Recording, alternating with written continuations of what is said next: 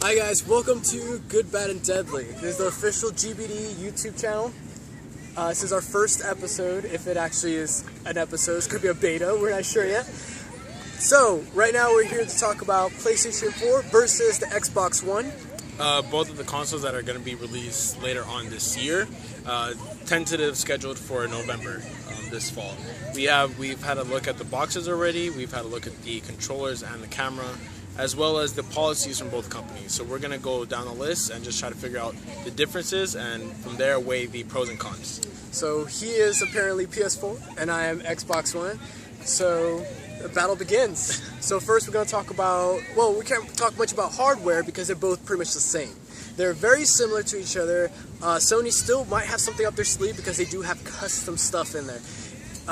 So we'll start off with interface and... With Sony's interfaces, they typically like to lean to a much more simplistic kind of look.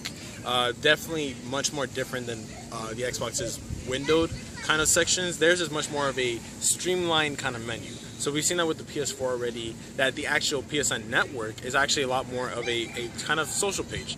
It looks like they're actually really influencing and promoting their sharing feature, where you can go ahead and share your videos up there as well as look much to your friends' profiles.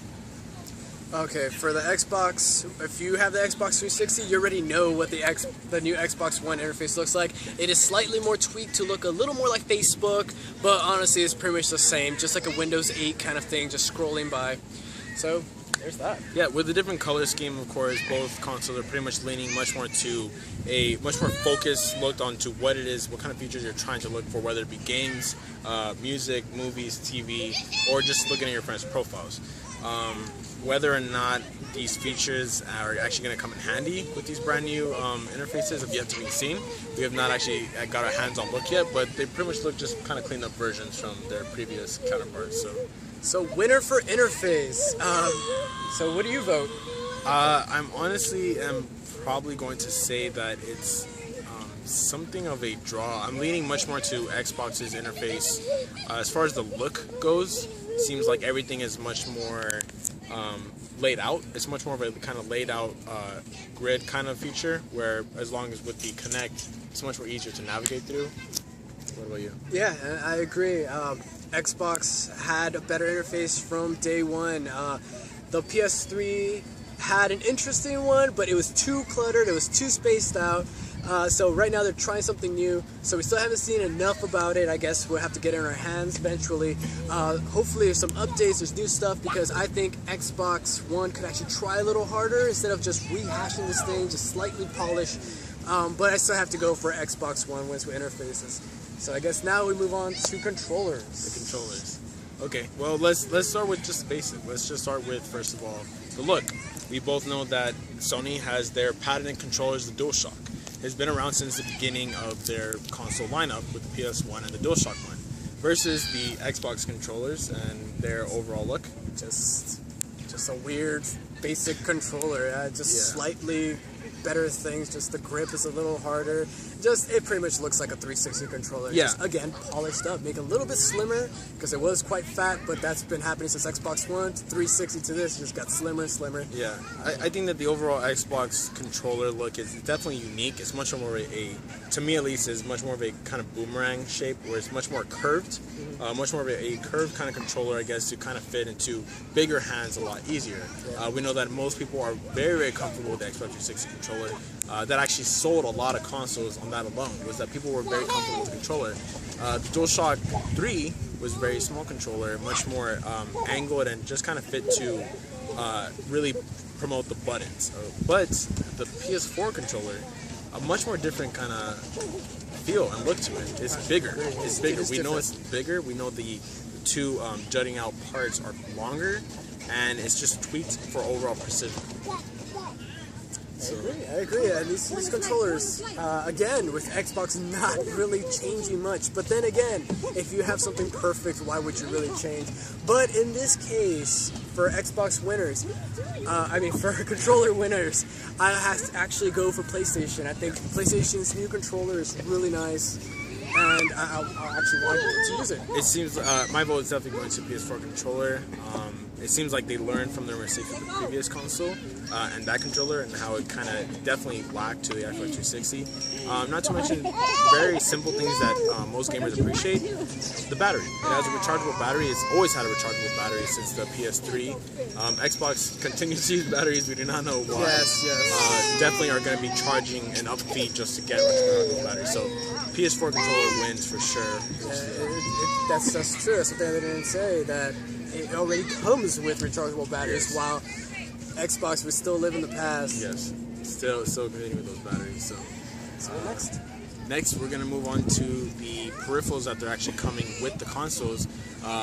The cameras. The cameras are two features that, for both companies, interestingly enough, have been promoted in very different ways. Yes. So we know with the PS4 and the PS4 eye camera, I believe it's 2.0 version, or I'm not really sure what name they're going to use for this camera, but has not been promoted whatsoever.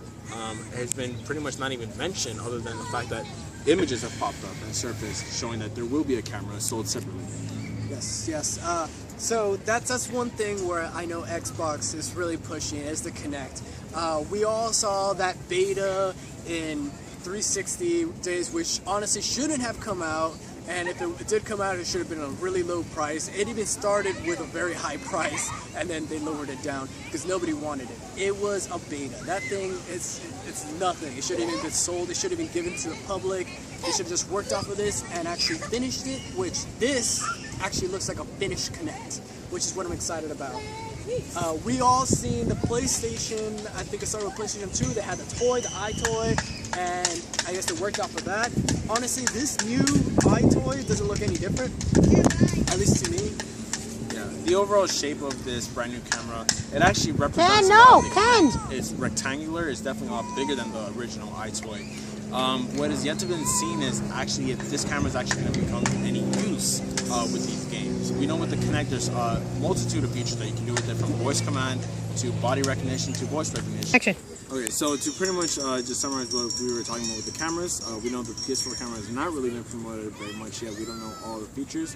Kinect has obviously been a huge staple of the Xbox One's selling point. Definitely a very impressive camera. Whether or not it's going to become very useful with some of these games has yet to be seen. But we'll definitely find more of that later on throughout this year. Yeah, right now, okay, even though I do have a theory that we're headed towards virtual reality, at least that we're trying to give that option of virtual reality, which this is a staple for it. This is probably the beginning. We don't know where it's going, but right now, as of right now, it's not much use for it other than everybody else using the Xbox, because you no longer just need a controller. It's like nobody's gonna look at it, like your grandma will look at it and be like, well, I don't know how to use this in whatever language that is not American. But you have to speak English anyways. Now you could just say it. You could just say Xbox on Netflix and so on and so forth. You can watch whatever you want. So I guess that's a big help. But when it comes to gaming, right now there's not much use for it, because not many people actually want to play virtual reality stuff, and there's not much in a game that you could play virtual reality, because I would not like to play NFL in virtual reality. That is just too much. So Both. Okay, so as for this, obviously I think hands down it goes to Kinect, because the Kinect is actually something, while the iToy it has very small things. It does have playroom. Yeah. So my vote is definitely going to go to the Kinect as well. But only for the reason that I like the voice recognition.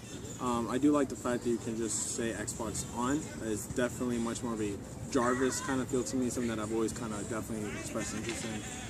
But the really kind of selling point for me is just kind of the fact that you can have Skype on it. Very interesting aspect. But other than that, for games, I don't really find the necessity. But the voice command is nice, and the Skype feature is also definitely going to be pretty interesting and kind of fun to play with.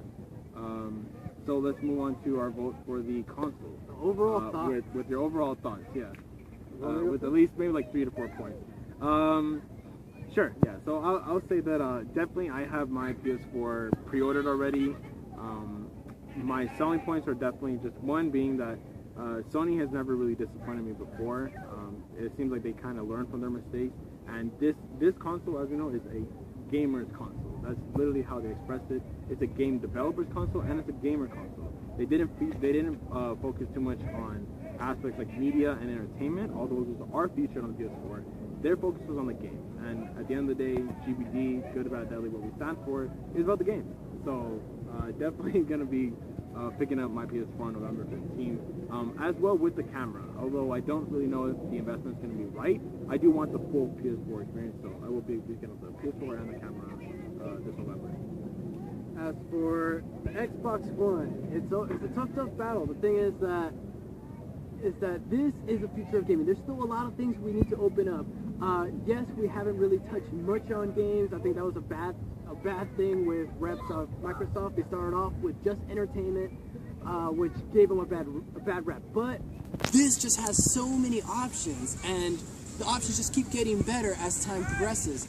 And it's just, I really want to pick this up. I actually already have an Xbox One. Actually, I'm kidding, that was a VCR. So, so I guess I would honestly say, for a gamer, will be a PlayStation. But if you're more at I just want to chill out, watch my Netflix, Skype with people, just social media stuff, go for an Xbox One.